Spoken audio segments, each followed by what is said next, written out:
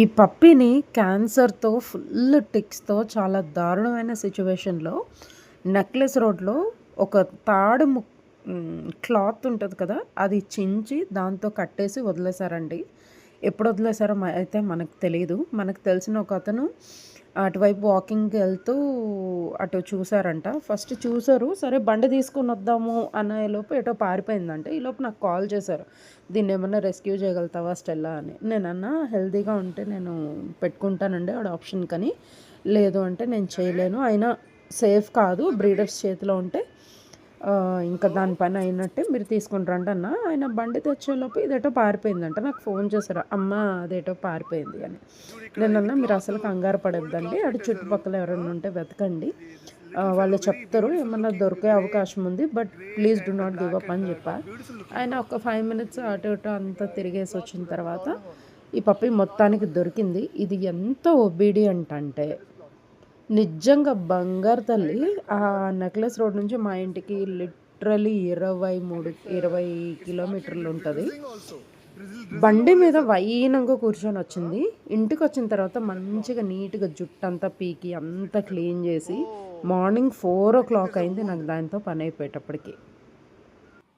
పదే పదే మేము చెప్తానే ఉన్నాం, కొని చావకండి. పెంచుకోలేనప్పుడు కొని సావకండి. ఏ కుక్క అడుగుతుంది మిమ్మల్ని పెంచుకోమని? గతి లేనప్పుడు, మీకే గతి లేనప్పుడు ఎందుకు కుక్కల్ని తెంచుకోవడం? మనసుంటే మీకు అంతే మనసుంటే కొద్దిగా ఒక్క ముద్ద ఇంటి బయట ఉన్న కుక్కలకి ఫుడ్ పెట్టండి. లేకపోతే మూసుకు కూర్చోండి. Rescue. I was actually I was going on my usual normal walk in on Necklace Road, and then when I passed by, I saw this dog was tied with a cloth. Okay. And then when I looked at it, then there was some kind of injury or something.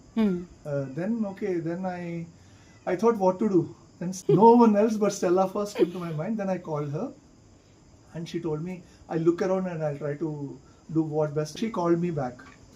Then she told me that I'm willing to take it, but minutes.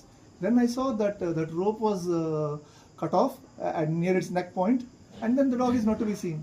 Then I called Stella. She said just look around and just ask. From there, Stella was kind enough. God bless her. She was very kind enough. Not really to, though. No, please. No, I must say something. Absolutely. She was so kind enough at such short notice. Somehow her natural, she had a heart for it, and her heart again opened up and she poured her compassion. She said, "Bring the dog. I will somehow."